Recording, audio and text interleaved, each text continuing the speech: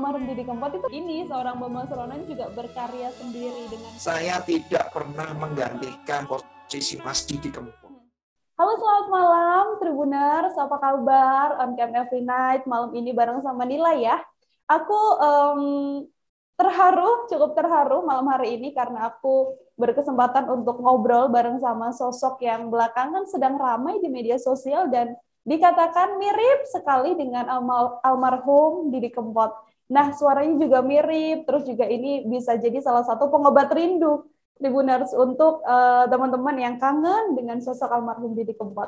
Gimana sih ceritanya? Langsung aja kita ngobrol, sudah tersambung bareng sama Nila. Di sebelah sana ada Mas Bambang yang akan bagi cerita nih Tribuners. Gimana sih rasanya dibilang mirip dengan sosok almarhum Didi Kempot. Kita sapa dulu ya Mas Bambang. Mas Bambang, halo.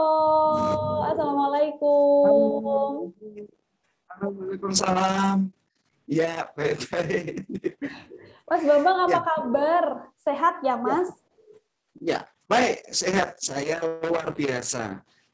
Dan hari-hari semakin luar biasa. Dan ini suatu kehormatan buat saya. Bisa ada acara Zoom ya, live Zoom dengan pihak Tribun. Dan mungkin bisa menyapa saudara-saudara yang kangen kepada almarhum Mas Didi Kempot. Pokoknya saya matur nuwun, ini doanya selalu. Saya sangat luar biasa dan sehat, saya dan sekeluarga. Nyata. Alhamdulillah, ini kayak yang udah dilihat sendiri nih sama Tribuners, Mas Bambang juga sudah identik dengan blangkon yang dipakai. Ya, yang Bambang identik dengan Jawa, budaya Jawa, gitu. Iya, betul. Budaya Jawanya melekat terus. Nah, aku sebelum nanti aku mau nanya banyak hal Mas Bambang tentang kemiripannya Mas Bambang dengan almarhum Didi Kempot ini, tapi sebelumnya mungkin aku mau dikasih bocorannya dulu Mas Bambang ini sebenarnya latar belakangnya apakah memang dari musik atau seperti apa? Oh ya, saya Bambang Surono. Saya sebenarnya itu bukan asli dari Boyolali sebenarnya. Saya dari Semarang. Saya di daerah Banyumanik, di daerah Mesir Barat. Tetapi saya menikah dengan istri saya yang di daerah Wonosobo, di Karanggede, di Boyolali. Dan saya memang basicnya sebenarnya penyanyi keroncong, Mbak. Penyanyi keroncong dan kopiah. Jadi sewaktu kecil kakek saya dari bapak saya sudah almarhum, namanya Pak Heru Setianto. Beliau punya orang tua adalah Fredrik Sadono Junta, asli Solo, dan semuanya itu hijrah ke Semarang. Dari kecil kakek saya mempunyai grup keroncong di RRI Semarang dan RRI Solo, dan beliau adalah sebagai pemain serulingnya. Ayah saya seorang vokalis keroncong juga. Dan kebetulan ayah saya pada saat itu sewaktu mudanya itu mertua, dalam arti ibu saya kan menikah sama ibu. Nah, ibu saya juga mempunyai orang tua dengan basic musik keroncong juga dari keluarga Bapak Wakidi di Ngesrep Barat Semarang, itu di Semarang Selatan. Nah, kebetulan itu antar besan juga mempunyai selera musik yang sama. Anak-anaknya juga dibentuk dengan musik keroncong dan pop, akhirnya cucunya ngalir. Jadi suatu kecil, usia 2 tahun, 3 tahun sudah identik, dengar tiap hari karena berlatih dulu, karena kan masih innya belum televisi, tapi radio ya Mbak ya. Radio, dan itu menjadikan saya seperti sangat kental sekali untuk musik keroncong begitu. Dan basic saya sebenarnya begini Mbak, saat ini saya itu hanya sebagai wira swasta, dan saya nyanyi itu sebagai hobi saja. Dan saat ini saya dapat berkah, dapat amanah. Terus saya ini maaf ya, Mas Didi Kempot itu waktu sepanggung dengan saya itu kayak dibelokkan. Saya itu kayak diarahkan dari pop dan keroncong itu menjadi campur sari. Ya, jadi basic sebenarnya saya bukan seorang seniman, bukan Mbak. Saya itu hanya sebagai seorang yang suka nyanyi aja, begitu, dan basicnya pop dan keroncong. Mungkin itu yang bisa saya sampaikan sedikit. Oke, memang sudah dari kecil ya, Mas Bambang ya, memang sudah ada darah seninya gitu sampai akhirnya ketika sudah dewasa dan dikembangkan sampai sekarang, dan sekarang memang rame banget Mas Bambang ini dibilangnya sangat mirip dari wajahnya, terus juga cara berpakaian, terus juga suaranya bahkan Mas Bambang disebut sama publik gitu kan, mirip sama almarhum Didi Kempot. Ini mulai kapan Mas Bambang mulai dapat cerita atau mungkin dapat komentar dari orang-orang kalau bilang, Mas Bambang ini mirip loh sama almarhum Didi Kempot, itu sudah dari kapan, Mas? Oh, sebenarnya sudah dari lama. Seperti yang saya pernah mampir di beberapa media nasional atau beberapa media media online gitu. Saya itu sudah dari tahun 99 sebenarnya. 1999 ada lagu hit Stasiun Balapan. Pada saat itu kan lagi booming-boomingnya Mas Didi Kempot ya dengan lagu Stasiun Balapan dan Sewu Kutho saat itu. Nah, saya sudah dianggap mirip dengan Mas Didi Kempot ya pada tahun itu. Dan kebetulan gini, karena saya itu tidak pernah gondrong, tipikal saya model rambutnya itu klimis, pendek, ya ibaratnya tidak pernah terbayang sampai menyukai lagu Campur Sari. Karena begini, Campur Sari kok modelnya keras. Maksudnya kalau keroncong kan beda jauh ya Mbak ya. Saya tidak mendiskriminasikan lagu Campur Sari, tidak. Tapi pada saat itu, feel saya atau selera saya keroncong dan pop yang mendayu-dayu penuh dengan vibra. Nah, begitu. Ada yang bilang bahwa, Bang, weh, mukamu koyo Didi Kempot. Saya marah, Bang. Kok aku dianggap Mas Didi Kempot? Dalam hati saya bilang, gantengan saya dong, kan gitu. ini saya coba tunjukkan. Karena lebih baik saya berbicara ke publik secara fair aja, jujur. Karena apa? Saya tidak pernah memberikan sebuah statement bahwa saya seperti atau saya menggantikan Mas Didi Kempot, tidak. Saya ini hanya mendapat berkah dan amanah untuk melestarikan karya Mas Didi Kempot. Nah, seiring dengan berjalannya waktu, pada tahun 2018 saya ada festival Boyolali Memory Song tahun 2018. Saya menang juara cowok sendiri, Mbak. Jadi yang lain pemenangnya cewek-cewek, juara cowoknya cuma saya. Wow. Itu yang menjadi cikal bakal saya untuk menekuni bidang tarik suara. Padahal bidang saya pop dan keroncong itu tiba-tiba berkah juga. Setahun berikutnya pada tanggal 22 Desember itu ada ulang tahun DPRD yang ke-69, DPRD Boyolali. Saya bisa sepanggung dengan beliau. Wow. Itu pertama kalinya, Mas Itu juga ada ceritanya. Iya, pertama kalinya live dan sepanggung dengan Mas Didi Kempot. Wow. Itu. Iya. Dan ini belangkon ini yang menjadikan saya satu panggung, Mbak. Bisa jadi di antara ribuan, ya, leres. Jadi di antara ribuan kiai itu pada tanggal 22 Desember tahun 2019 itu, saya di antara ribuan itu di belakang pagar tribun ya, pagar orang-orang yang pada nonton itu saya ditunjuk oleh dari pihak sponsor, dari tes sepeda balap saya untuk naik ke sana. Asmane Pak Hartono. Beliau orang yang berjasa, yang menunjuk saya, menjadikan saya untuk bisa dalam arti dekat dengan Mas Didi Kempot sampai sekarang ini. Nah, pada saat itu ada beberapa proses bahwa setelah tahun 2019 itu saya kan KKN semester 7, saya tim KKN dan saya didaulat untuk menyanyikan lagu Mas Didi Kempot, yaitu lagu Cidro di Desa Pentur Simo, Boyolali. Nah, pada saat itu berjalan dengan baik dan saya kebetulan punya kesempatan untuk bisa bergabung dengan Lare Jawi di Hotel Adiwangsa dan bisa berdua dengan Mbak Yan Velia sampai menjadi viral. Dan saya terima kasih sekali loh dengan tribun loh. Karena Tribun ini satu-satunya media pada tanggal 26 September tahun 2020 setelah saya itu sidang skripsi, saya lulus dengan nilai kumlot, saya langsung diliput dengan Tribun ini. Jadi suatu kehormatan buat saya. Itu ada yang namanya kelihatannya Mas Adi kelihatannya yang liput saya, ya Mas Adi. Dan saya sangat berterima kasih karena dengan Tribun membuat berita seperti itu, saya menjadi populer. Dan apapun yang menjadi kegiatan Tribun, sebisa mungkin saya siap. Nih, mungkin itu yang bisa saya matur, Mbak. Terima kasih Mas Bambang. Ya. Jadi di 2020 berarti sudah mulai ada orang yang liput, terus akhirnya sudah mulai makin dikenal sama banyak orang.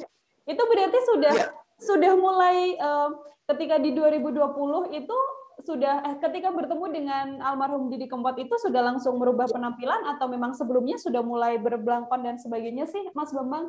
Nah, karena begini, pada saat tanggal 22 Desember tahun 2019 kita flashback lagi ya. Itu kan saya satu panggung dengan Mas Didi Kempot ini yang benar-benar menjadi sebuah sejarah buat hidup saya. Mas Didi Kempot itu waktu ketemu saya dikenalkan oleh beliau Pak Hartono dari Tes Sepeda Balap, salah satu sponsor pertama Mas Didi Kempot. Saya bilang, Mas Didi, ini ada yang mau nyuwun foto. Nah, saya kenalkan diri, Mas Didi Kempot, saya Bambang Surono. Saya versi muda, ini panjenengan versi suksesnya. Saya bilang begitu loh, Mbak. Tiba-tiba Mas Didi Kempot bilang, ngendikan gini, kurang gondrong rambutmu. Memang pada saat itu saya belum gondrong memang. Istri saya Enda Zulianti Ningsih pada saat bulan September bilang sebelum acara Desember itu ya, gondrongin rambutmu karena apa? Kalau mahasiswa kalau kurang gondrong itu kurang pas gitu. Padahal saya mahasiswa paling tua, iya, jujur itu paling tua. Makanya pada saat bulan Desember itu sebenarnya belum banyak. Tapi tiba-tiba Mas Didi Kempot ngendikan gitu, gondrongin rambutmu. Oh nggih, matur suwun Mas, sendika dawuh. Tiba-tiba saya kan bawa HP, saya nyuwun Mas, kaparan saya nyuwun foto kali panjenengan selfie nggih. Monggo. Lah pada saat itu lagi hiruk-pikuk toh. Itu kan Mas Didi Kempot kan break ya. 1-2 lagu break. Saya dirangkul beliau, saya foto, cepret 2 kali langsung bilang, gondrongke rambutmu. Injih Mas, matur nuwun. Itu salah satu kata-kata yang tidak bisa saya lupakan dan itu mengubah saya sekarang. Jadi saya menyadari bahwa ngendikan Mas Didi Kempot itu tidak hanya sebatas ngendikan, tetapi itu amanah. Tidak setiap orang diparingi amanah itu dan bila saya dapat pulungnya. Sekali lagi dan setiap kali saya wawancara selalu saya matur, saya tidak pernah menggantikan posisi Mas Didi Kempot. Tidak. Mas Didi Kempot itu buat saya adalah seorang yang luar biasa, maestro. Dan itu ibaratnya guru saya. Saya hanya meneruskan karya-karya beliau. Itu saja, Pak. Jadi ada yang beranggapan, berpersepsi, ada yang DM, ada yang japri, wah aji mumpung gini. Oh, mboten. Saya tidak mengharapkan seperti ini. Ini saya hanya jalankan saja, begitu. Oh, profesi saya sebenarnya dari awal saya ingin menjadi seorang advokat, begitu, Mbak. Jadi ini yang menjadi dilemanya begini, Mbak. Saya waktu pas lulus, saya harus meneruskan pendidikan khusus profesi advokat di Boyolali, di Universitas Boyolali kan. Saya lulusan Fakultas Hukum. Itu tertunda karena saya harus meneruskan dunia entertain ini yang ngejar. Mas, maaf ya, ada beberapa stasiun boleh saya sebutkan nih, stasiun TV-nya boleh saya sebutkan ya? Tidak apa-apa.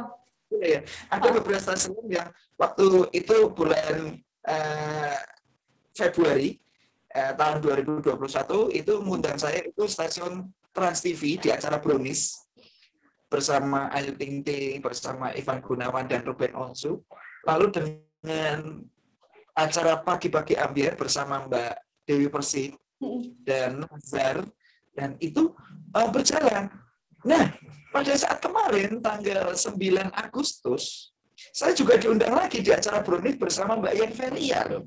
Nah ini. Jadi ini berkabut juga bingung. Semua tak sowani garwannya Mas Didi Kempot, tapi keluarga besar yang di Ngawi, Mbak Yan juga, dalam arti saya juga nyumpang itu. Ada beberapa kiai yang menghentikan bahwa yang mirip banyak, yang pinter musik banyak, suaranya yang mirip banyak, tetapi pulungnya ke Mas Bambang. Nah itu saja sih Mbak. Jadi saya hanya sadar melampai semaksimal saya mampu. Nyata gitu. Jadi bukan tidak menggantikan, sekali lagi ya Mas Bambang ya, bukan menggantikan, tapi meneruskan apa yang sudah karya-karya dari almarhum Didi Kempot sendiri. Ya. Dan dengan meneruskan ini, saya selalu matur bahwa saya tansah belajar dan belajar. Lagunya Mas Didi Kempot ratusan, gitu. Dulu waktu pas di acara panggung kahanan, di acara Pak Ganjar Pranowo dan Mas Gibran di dalam Joyokusuman, saya juga diwawancara. Itu judulnya bombastis, Didi Kempot hidup lagi. Saya selalu matur itu, ya, karena saya itu hanya belajar. Karena lagunya Mas Didi Kempot itu jujur, Mbak, kadang pada saat orang itu tidak live show bisa menyanyikan, tapi live show ditonton banyak orang, itu kalau tidak kuat mentalnya nervous, Mbak. Iya, betul. Iya, makanya butuh persiapan, butuh selalu belajar dan belajar untuk melestarikan atau menyanyikan karya-karya Mas Didi Kempot, gitu. Oke. Nah, Mas Bambang tadi juga sempat cerita tentang pertemuan awal sama Mas Didi Kempot. Terus habis itu disampaikanlah sama Mas Didi Kempot untuk gondrongin rambutmu. Ada pesan lain nggak sih Mas Bambang yang disampaikan sama Mas Didi Kempot, entah itu tentang gimana berkarya dan sebagainya? Ya, kalau babakan untuk saya ya, maksudnya untuk ke depan aktivitas saya begitu ya, atau harapan maksudnya untuk yang saya lakukan itu terus terang saya begini, yang saya lakukan sekarang ini berkaitan dengan amanahnya Mas Didi Kempot. Saya itu juga harus berkarya dan mempunyai karya sendiri. Ya. Karena begini Mbak, ada sesuatu yang krusial yang kiai lain itu tangkap. Jadi begini, disebut plagiat itu lebih berat daripada disebut mirip. Iya. Karena kalau plagiat itu kan begini, kita dibuat-buat sama persis seperti yang kita plagiatkan. Tetapi saya tahu, saya tidak bisa 100% sama, dan saya tidak plagiat. Gaya saya seperti ini, suara saya juga seperti ini, berbeda. Jadi saya kalau nyanyi, panjenengan perhatikan kan banyak vibrannya, Mbak.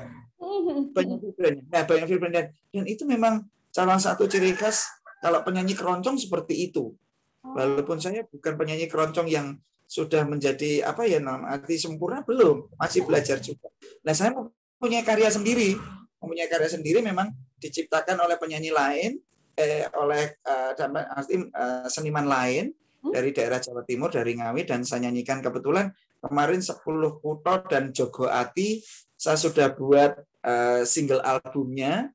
Juga sudah ada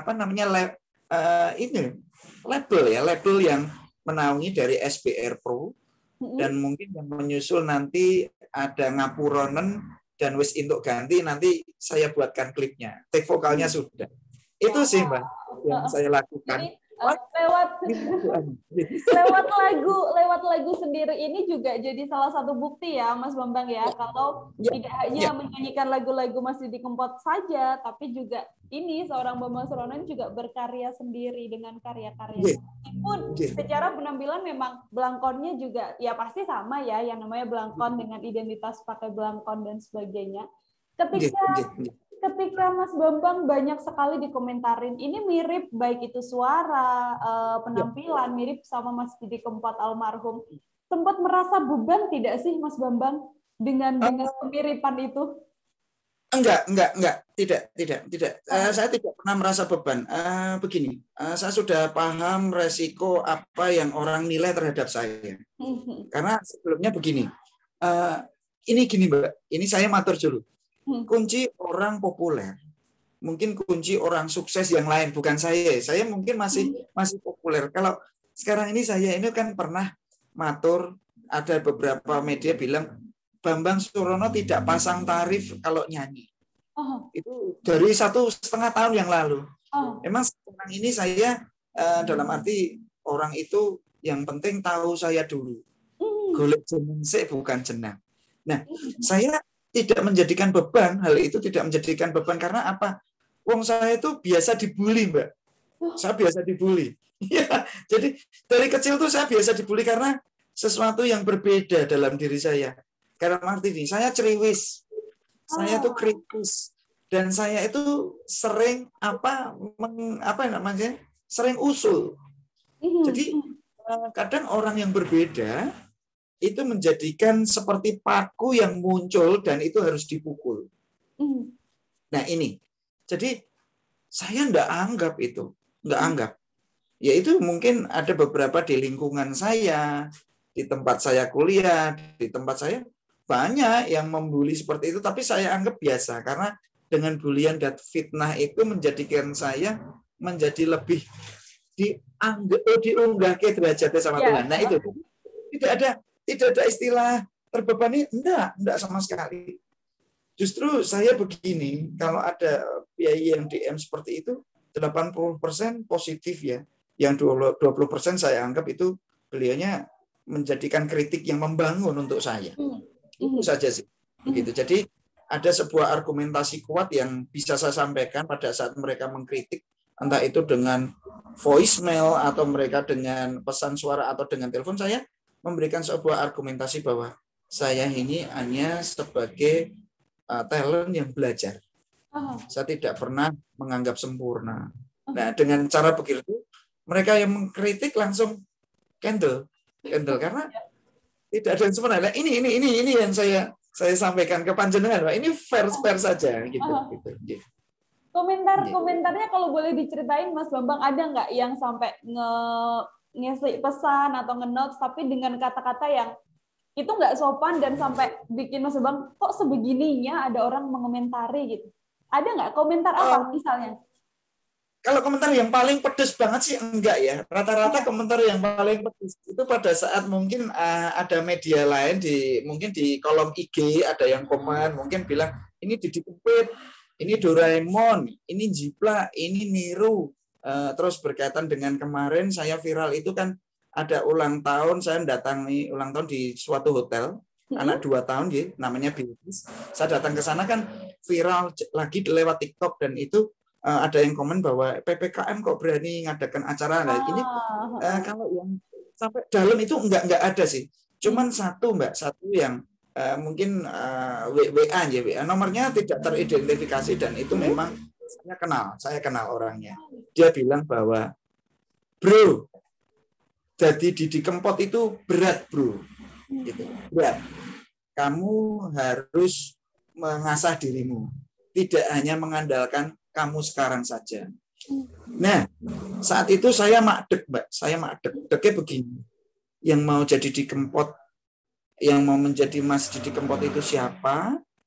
Dan kondisinya, motivasi dia bilang seperti itu apa? Tetapi ternyata di balik dia bilang itu, ada motivasi lain bahwa saya diminta untuk bergabung di dalam suatu komunitas. Wow. Nah, begitu. Jadi saya diminta untuk bergabung ke suatu komunitas bahwa kamu bisa bergabung untuk menjadi bagian dari kami. Ya, itu saja sih. Jadi orang itu bilang kan kadang tidak tersurat tapi tersirat. Paham ya, Mbak? Ya. Jadi ngomongnya A tapi tujuannya B. Nah, ini banyak seperti itu banyak. Seperti itu. Jadi yang terlalu banget nggak ada. Semua baik-baik saja dan everything is okay loh. Yes. Everything is okay. Oke. Ditempa ya Mas Bambang, tapi dengan tujuan yang baik untuk menjadikan seorang Mas Bambang ini juga menjadi penyanyi, mungkin nanti menjadi sosok yang lebih baik lagi gitu. Oke. Nah, ini kan berarti sudah punya lagu juga. Terus ada juga nih Mas Bambang yang bilang kalau nanti misalnya ada film soal Mas Didi Kempot, terus Mas Bambang ini disebut-sebut ini adalah sosok yang paling cocok untuk mengisi karakter almarhum Didi Kempot untuk difilmkan. Gimana tuh, Mas? Kalau menurut saya kalau ditawari, kalau saya itu memang diberikan amanah itu, saya siap. Saya siap. Yang pasti begini, Mbak. Apa yang bisa saya lakukan, saya sebisa mungkin saya melakukan hal itu dengan baik karena ini amanah juga. Satu hal, bidang seni itu tidak hanya dari tarik suara, tapi dunia acting, sastra, dan dunia yang lain berkaitan dengan entertain itu kan luas, cakupannya sangat luas, secara makro kan luas. Nah itu saya siap karena dulu pada tahun 99 itu saya dulu juga pernah memainkan sebuah film, tetapi sebagai ekstras. Ini saya jujur ya, saya dulu seorang Nasrani, tapi saya sekarang mualaf. Ya, saya pada tahun 1999 saya pernah ikut di dalam produk film, tapi produk film rohani, produk film gereja yang berjudul Akhir Zaman. Dan itu saya casting dan saya lolos. Nah, dari situ saya memang sedikit banyak belajar berkaitan dengan dunia acting. Ya memang tidak begitu saya tekuni secara serius karena basic saya penyanyi ya sudah. Ini hanya sebagai just for fun, sebagai selingan kemauan gitu. Ya, tapi kalau menawari seperti itu, apalagi itu ada rekomendasi dari Tribun yang membackup saya, mungkin dari keluarga besar, dari piai-piai yang berkompeten, dan itu memang didawuhkan ke saya, memang itu diamanahkan ke saya siap dan saya nyuwun kawruhnya, saya nyuwun bimbingannya selalu. Itu sih. Dalam arti saya tidak jumawa iso dewe mboten. Karena menurut saya hidup itu adalah belajar. Karena tanpa belajar sampai kapanpun kita tidak akan bisa menjadi dewasa dan mampu. Mungkin itu, Mbak. Betul. Hidup itu terus belajar dan belajar terus ya, Mas Bambang ya. Nah, ini aku juga penasaran, Mas Bambang, ketika misalnya Mas Bambang sedang keluar, entah sama istri, sedang main atau di tempat umum lah. Kebanyakan orang-orang yang melihat Mas Bambang, komentarnya seperti apa, Mas? Banyak. Saya sering keluar dengan istri, dengan anak, dan yang paling langganan ya istri sama anak itu sudah tahu. Ini istri saya ketawa loh, Mbak. Ya seperti itu ketawa. Itu rata-rata pada minta foto. Minta foto, dan saya pada saat perform atau saat saya sedang keluar itu ada istri, ada anak, saya selalu bilang, yang kalau saya sedang di luar, mungkin saya banyak dikenal orang sebagai publik figur, jangan cemburu ya. Karena rata-rata tidak hanya kakung saja, tapi yang piai putri, yang muda, yang tua, yang ABG itu kan tetap saya rangkul, saya foto bareng-bareng seperti itu. Ya, itu menjadikan hal yang maklum, dalam arti dari pihak keluarga udah paham kok, udah paham seperti itu. Mungkin 1-2 kali dulu waktu pas pertama diajak seperti itu kaget ya, wih, kok dirubuk banyak orang. Tetapi lama-lama biasa, Mbak, lama-lama biasa, dan saya memang harus melakukan seperti itu. Karena apa? Tanpa mereka, tanpa panjenengan semua, saya tidak akan menjadi seperti ini. Begitu. Betul. Jadi saya tahu diri. Dalam arti membawa diri saya secara pribadi dan untuk dalam arti penggemar gitu. Penggemar terutama itu penggemarnya Mas Didi Kempot itu kan jutaan, Mbak. Jutaan. Betul. Dan saya tidak berani itu penggemar saya, bukan. Yang rindu Mas Didi Kempot itu kan banyak. Bukan rindu sama Bambang Surono. Saya hanya dapat berkahnya saja. Gitu, Mbak. Ngaten. Yes, itu jadi minta foto terus juga bisa ngobrol sama Mas Bambang bisa jadi obat rindu juga ya sama sosok Mas Laras. Jadi setiap postingan saya di IG atau beberapa itu kan Bambang Surono ada bendera merah putihnya Tombo Atimu. Nah, saya membuat sebuah slogan kalau saya setiap perform di beberapa kota dan ada komunitas Sobat Tombo Ati Indonesia. Jadi kalau saya bilang Sobat Tombo Ati Indonesia atau teman-teman bilang salam sedarah Indonesia. Nah itu begini, Sobat Tombo Ati itu bukan menjadi rivalitas atau sebagai pembanding atau sebagai lawan dari komunitas yang mencintai almarhum, bukan, Mbak. Sobat Tombo Ati adalah bagian kecil dari komunitas yang mencintai beliau. Dan kebetulan saya membuat Sobat Tombo Ati Indonesia itu dalam cakupan yang universal. Jadi Sobat Tombo Ati itu iso nambani kangen, iso nambani loro ati, gitu. Iso nambani apa sing mbok rasake iso keturutan. Jadi luas, cakupannya luas. Jadi makanya saya bilang salam Sobat Tombo Ati Indonesia, teman-teman yang grup saya bilang salam sedarah Indonesia. Jadi kita tuh dalam jadi satu kesatuan. Jadi bukan rivalitas loh, Mbak, bukan rivalitas. Seperti itu. Jadi itu yang saya buat punya tujuan bahwa kita tidak mempunyai bendera baru, tetapi kita adalah bagian dari komunitas yang sangat sayang dan sangat rindu akan beliau, keluarga beliau, dan karya-karya beliau. Itu saja sih. Dan tujuannya juga tujuan baik untuk meneruskan karya-karya dari beliau setelah beliau sudah berpulang ya, Mas Bambang ya. Laras. Laras. Mas Bambang, habis ini aku pengen Mas Bambang sedikit menyanyikan lagunya Mas Didi Kempot. Terus juga, tapi sebelumnya Mas Bambang pengen dong dikasih, kalau Mas Bambang melihat sosok Mas Didi Kempot, Mas Bambang juga sudah pernah bertemu begitu kan secara langsung. Seperti apa Mas Bambang melihat sosok dari Mas Didi Kempot ini? Ya. Mas Didi Kempot piyayinya humble. Beliau sosok yang maestro yang luar biasa, populer, ibaratnya orang tuh famous ya, terkenal sekali, dan beliau salah satu maestro campur sari, mungkin maestro campur sari yang ada di Indonesia. Satu-satunya Mas Didi Kempot menurut saya, legend ya, legend. Dan saya melihat dari cahyane beliau itu tidak pernah membeda-bedakan piyayi manapun. Jadi levelnya orang itu kan ada middle up, middle end ya. Tidak membedakan itu. Saya melihatnya beliau waktu pas ketemu saya aja lah, saya langsung dirangkul. Beliau bilang, gondrong ke rambutmu. Rambutmu kurang gondrong, Mas. Itu orang yang jaim. Tidak mungkin itu, Mbak.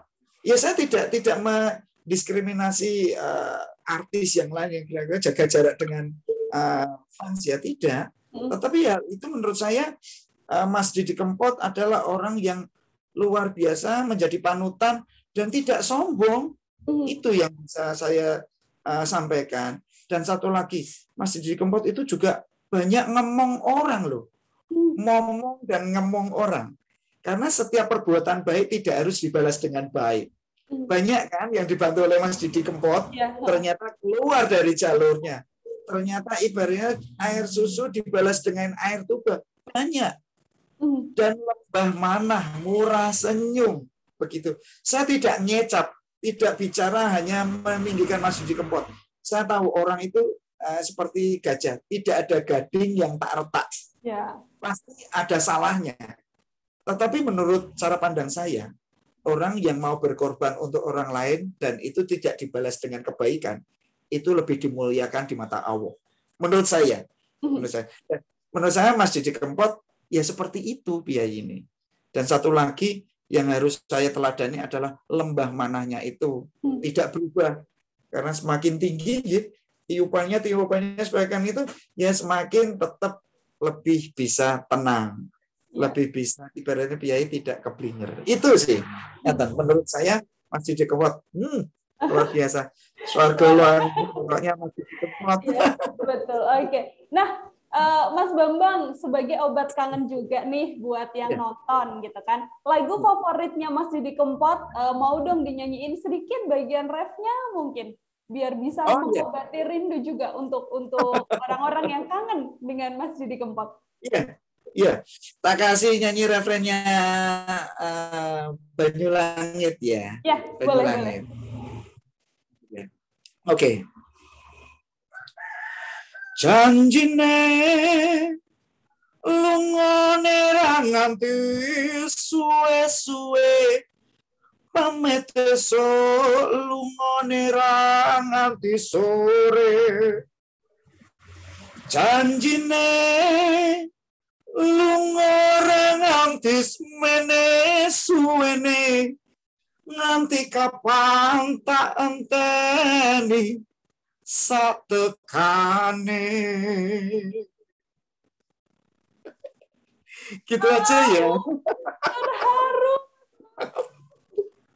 Oh my God. Ini mau menangis. Ini. Ora pareng gembeng. Ora pareng cengeng. Jadi kudu semangat. Nah ini pesannya Mas Didi Kempot loh. Mas Didi Kempot di situ. Jadi terobati harus semangat gitu Mbak di situ. Terobati Mas Bambang kangennya gitu meskipun tidak melihat sosoknya secara langsung gitu kan, tapi juga bisa itu tadi mengobati rindu ya, mengobati rindu dengan Mas Bambang. Matur suwun. Nyanyikan karya-karya dari Mas Didi Kempot. Mas Bambang. Sekali lagi terima kasih banyak. Sama-sama. Jadi terima kasih banyak. Semoga sama-sama. Mas Bambang setelah ini juga bisa jadi warna baru juga ya untuk dunia keroncong Indonesia setelah ditinggalkan sama Mas Didi Kempot. Amin. Ya, dan yang pasti begini, mungkin fokusnya sekarang saya mungkin di campur sari. Keroncong itu malah menjadi sampingan ya, dalam arti ngaten. Saya tidak bisa meninggalkan basic musik saya dan keluarga, tetapi pada saat ini saya fokus genre ke campur sari, terutama karya-karya almarhum Mas Didi Kempot. Terus mungkin kalau saya punya karya sendiri, mungkin ada persentasenya 70% atau 75% karya Mas Didi Kempot, 20 atau 25%-nya karya saya sendiri atau karya dari baru lah, yang baru. Mungkin itu Mbak ngaten. Tetap matur nuwun loh. Nyuwun doanya selalu pokoknya. Semoga nanti suatu hari bisa ketemu langsung sama Mas Bambang, kita bisa ngobrol-ngobrol lagi, bisa melihat sosok Mas Bambang secara langsung ya. Siap. Nanti kalau ketemu langsung bisa kontak ke manajer saya di Enda Indonesia atau namanya Poppy sebenarnya, Poppy Enda. Ya, itu yang ngurusin semua dalam arti bahkan pertemuan saya dengan siapa, jadwal siapa itu dengan istri saya Endah Poppy. Nanti bisa kontak langsung japri ke sana ya Mbak ya. Boleh banget Mas Bambang. Terima kasih sekali lagi Mas Bambang waktunya. Sami-sami nggih. Matur suwun sangat, Gusti berkahi sedaya. Matur suwun. Oke, itu tadi Tribuners bincang-bincangnya Nila bareng sama Mas Bambang. Ini benar-benar mirip ya dari segi suara, terus juga penampilan, tapi sekali lagi Mas Bambang menyampaikan bahwa Mas Bambang tidak menggantikan sosok almarhum Didi Kempot, namun Mas Bambang melanjutkan karya-karya yang sudah dihadirkan oleh sosok almarhum Didi Kempot. Ini juga bisa jadi salah satu pengobat rindu juga, Tribuners, untuk penggemarnya Mas Didi Kempot dengan hadirnya Mas Bambang ini. Oke, sekarang sudah waktunya Nila untuk pamit ya. Terima kasih banyak sudah dari jam 9 tadi ikut nonton ngobrol-ngobrolnya Nila bareng sama Mas Bambang. Selamat malam Tribuners, jangan lupa selalu jaga kesehatan di tengah pandemi ini dan jangan lupa vaksin. Oke, Nila pamit. Selamat malam, sampai jumpa, bye-bye. Terima kasih sudah nonton. Jangan lupa like, subscribe, dan share ya.